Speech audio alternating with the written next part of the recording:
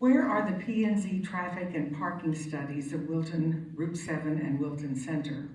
Each developer is responsible for its own traffic study outlining vehicle entrances and exits of the apartment complex. Will the public be informed of these plans?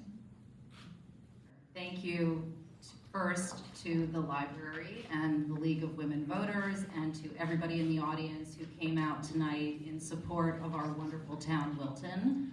Many of us are concerned about the question that you're asking and why we as a town do not have answers. I think that is something that speaks to the lack of communication, the lack of transparency, and our voice being silenced within the community. The issues that we all seem to be concerned about in terms of traffic and infrastructure impact on the upcoming development has on our town, we would like to have answers on this as well.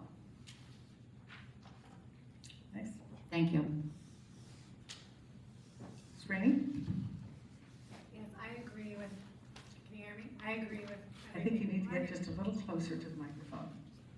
I agree with what Margaret said. Yes, we need to do a better job of communicating clearly and concisely to the public. I've spoken to a lot of voters campaigning this election season, and many of them felt that they found out about new developments or after they had already been approved or after they had already gone up.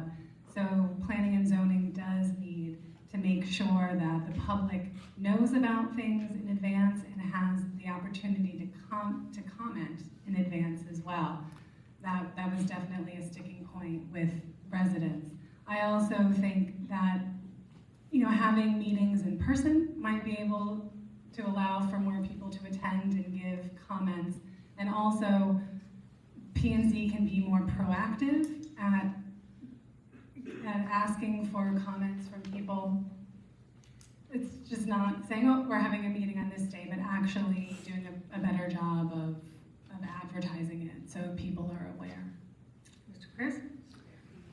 I agree with the level of transparency that the town seeks, but I'll also point out that in 2019, the Plan of Conservation and Development was ratified by the board. They did an outstanding job working together on a bipartisan basis to outline the framework and the guardrails with which the town is going to grow for the next decade plus. I believe that this town has an opportunity to learn more about that, as I have in studying for a possibility of joining this board. It's my view that the board, this commission, has done an outstanding job of really being pragmatic and growing the grand list and the tax base over the last several years. I know that there are questions about whether or not this town is developing too fast, but I'll just point out that without the development, I think we're going to have a tough time continuing to invest in our education system, which is really what this town is known for. And, you know, we really have to avoid, you know, higher taxes. And I do think that growing our grand list, growing the tax base of this town will drive down the mill rate, at least stabilize it initially and drive it down. And it's my view that this board has done a terrific job on a bipartisan basis. And if we're interested in understanding more about the process from which there's a project that's going to be reviewed by the board to when it's approved by the board, I think that we can all participate in that. Mr. Hubbard? So I think the some of the issues with the current process is that we're spending way too much time on the details of zoning and not enough in planning up front. So if this slate of the Democrats that you see in front of you is elected, we're committed to engaging the town in the debate in the development of the future POCD, master plans, and overlays, and trying to really get people involved so that they know what is there. I do think there was a great job done on the prior POCDs and master plan. I think a lot of the ideas are great, but I don't think, and I think there was a real effort to engage people, but I don't think it was successful, unfortunately. So I think we should really try to do a better job engaging the public in advance of projects, because getting engagement once a project is down the road too far is, interesting and thoughtful, but it's not effective communication. Mr. Hoffman? I think that there has been in the history of Maybe a planning. little closer. Yeah, I think in the history of planning and zoning and being an incumbent on the commission, a big difference between expectations and engagement.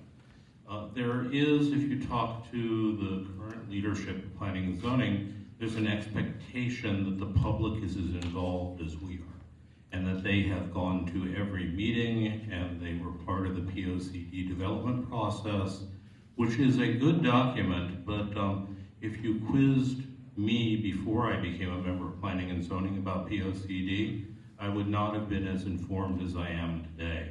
So I think we need to change the engagement process and involve the public in the deliberations of planning and zoning. We need listening sessions. We need planning sessions.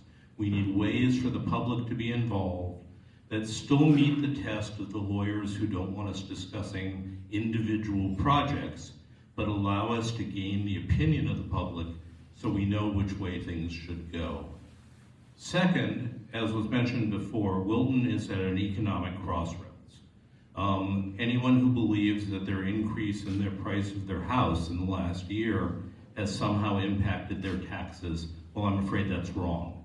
The revaluation year was 2 years ago, not last year, and therefore the only things that kept the taxes down last year were ASML and the new developments that were put online.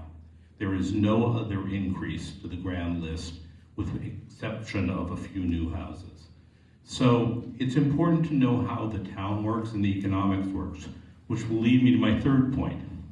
I've been on the board for a few years. I've made lots of suggestions that we should understand the economic impact of these new developments, that we should understand the costs to the town, that we should understand what the responsibilities of the developers are to defray expenses. And that was rejected by the Republican leadership of the board. They simply don't want to have those discussions. So I encourage us, as we go forward, to change the policies of the board, get more engagement, to listen more to the public, and to understand the economic impact of the decisions we're making. Thank you. Ms. Saifa-Benny?